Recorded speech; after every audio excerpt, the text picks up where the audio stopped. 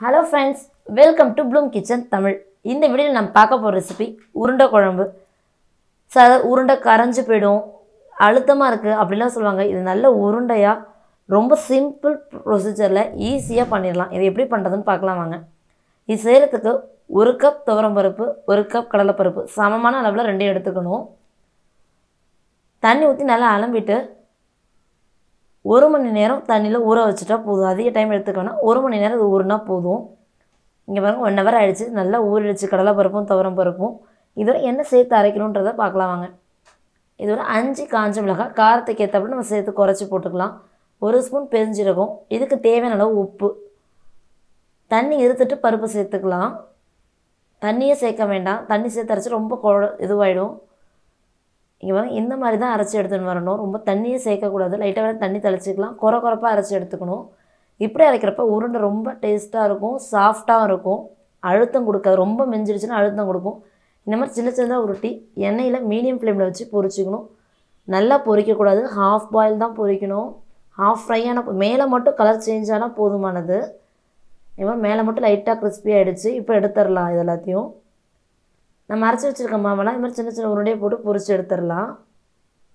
மெயினாக half boil தான் பொரிக்கணும். ரொம்ப டீப்பாக பொரிச்சிடக்கூடாது. இங்கே பாருங்க இந்த மாதிரி பொரிச்சு எடுத்தாச்சு. இப்போ பேனில் எண்ணெய் எடுத்துட்டு எண்ணெய் லைட்டாக ஹீட் ஆனதும் கடுகு, உளுத்து, கொஞ்சம் ஜீரகம், கொஞ்சம் வெந்தயம், பெருங்காயத்தூள் கொஞ்சம், இதெல்லாம் நல்லா பொரிஞ்சதும் ஒரு நல்ல ஒரு வாசனை வரும். அதுக்கப்புறம் ஒரு 15லேருந்து 20 பூண்டு பல் சேர்த்து நல்லா வதக்கிக்கலாம். பூண்டு லைட்டாக கலர் சேஞ்ச் ஆனதும் ஒரு பெரிய வெங்காயமும் லைட்டாக கலர் சேஞ்ச் ஆனதும்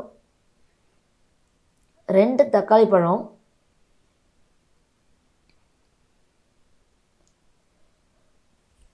தக்காளி பழம் நல்லா குழஞ்சதும் இதுக்கு தேவையான உப்பு சேர்த்துக்கலாம். உப்பு சேர்த்து நல்லா வதக்கிக்கலாம். நல்லா குழையிற ஸ்டேஜ் வந்ததுக்கப்புறம் மஞ்சள்தூள் 1/2 ஸ்பூன், மிளகாத்தூள் 2 ஸ்பூன், குழம்பு மிளகாத்தூள் தான், நல்லா போட்டு ஒரு சேர கலந்து விட்டுறலாம். நல்லா கலந்தாச்சு. இப்போ ஒரு பெரிய நெல்லிக்காய் அளவு புளி எடுத்து கரைச்சி வச்சுருக்கோம். அதை கரைச்சி சேர்த்துக்கலாம். கரைசலை தேவையான அளவு தண்ணி சேர்த்துக்கலாம். நல்லா கொதிக்கட்டும். புளியோடு சேர்ந்து மிளகாத்தூள் எல்லாம் பச்சை வாசனை போக நல்லா கொதிக்கட்டும். இங்கே நல்லா கொதி வருது.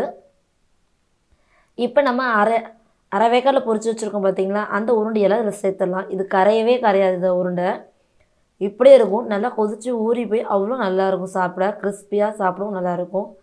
இந்த ஸ்டேஜில் ஒரு 4 பூண்டை நசுக்கி சேர்த்துக்கலாம். வாசனை ரொம்ப நல்லாயிருக்கும் இந்த குழம்புக்கு. இது கொதிச்சுட்டே இருக்கட்டும். அதுக்குள்ளே நம்ம 1 கப் தேங்காய், 1 ஸ்பூன் ஜீரகம், ஒரு 4-5 மிளகு, ஒரு சின்ன தக்காளி பழம் சேர்த்து நல்லா அரைச்சி ஃபைன் பேஸ்ட்டாக அரைச்சி எடுத்துகிட்டு வந்துடலாம். இங்கே பாருங்க நல்லா ஃபைன் பேஸ்ட்டாக அரைச்சி எடுத்துகிட்டு வந்தாச்சு. குழம்பு நல்லா கொதிச்சிருச்சு. இப்போ இந்த அரைச்சி வச்சுருக்க தேங்காய் பேஸ்ட்டை சேர்த்துடலாம். சேர்த்துட்டு மிக்ஸி கழுவி சேர்த்துக்கலாம். நல்லாவே தாராளமாக தண்ணி ஊற்றலாம். இது கொதிக்க கொதிக்க குழம்பு இருக்கும். நமக்கு ரொம்ப திக்காக வேணும் அப்படின்னா கொஞ்சமாக தண்ணி ஊற்றிக்கலாம். இல்லை நமக்கு நல்லா லிக்விடாக தான் வேணும்னா இது பண்ணிக்கலாம். இங்கே கொதிக்கிறப்ப கொஞ்சமாக வெல்லம் நல்லா கலந்து விட்டுக்கலாம். நமக்கு தேவையான அளவு தண்ணி ஊற்றிக்கலாம். இறுகிடுச்சு அப்படின்னாலும் கொஞ்சம் தண்ணி ஊற்றி நல்லா கொதிக்க விட்டுக்கலாம். இங்கே பாருங்கள் நல்லா கொதிச்சிருச்சு. நல்ல வாசனை வருது. அடுப்பு ஆஃப் பண்ணிடலாம். அவ்வளோதாங்க. ரொம்ப சிம்பிள். உருண்டை கரையாமல் நல்ல சாஃப்டாக இந்த மாதிரி உருண்டை குழம்பு ரெடி ஆயிரும். இங்கே பாருங்க எப்படி இருக்குன்னு காட்டுற மாதிரிங்க. உருண்டை அப்படியே இருக்கும். நம்ம எப்படி போட்டோமோ அதே மாதிரியே இருக்கும். கரைஞ்சி போயோ உடஞ்சி போயோ அப்படிலாம் இருக்காது. கட் பண்ணியும் காட்டுறேன். அவ்வளோ சாஃப்டாக இருக்கும். உள்ள கொதிச்சோடனே இப்படி இருக்குது. ஆறுனதுக்கப்புறம் நல்லா அப்சர்வ் பண்ணிக்கும். குழம்புலாம் அப்சர்வ் பண்ணிட்டு ரொம்பவே டேஸ்ட்டாக இருக்கும். நீங்கள் இந்த ரெசிபியை ட்ரை பண்ணி பாருங்கள். உங்களுக்கு பிடிச்சிருந்துச்சுன்னா என் கமெண்ட் செக்ஷனில் சொல்லுங்கள். தேங்க்ஸ் ஃபார் வாட்சிங்.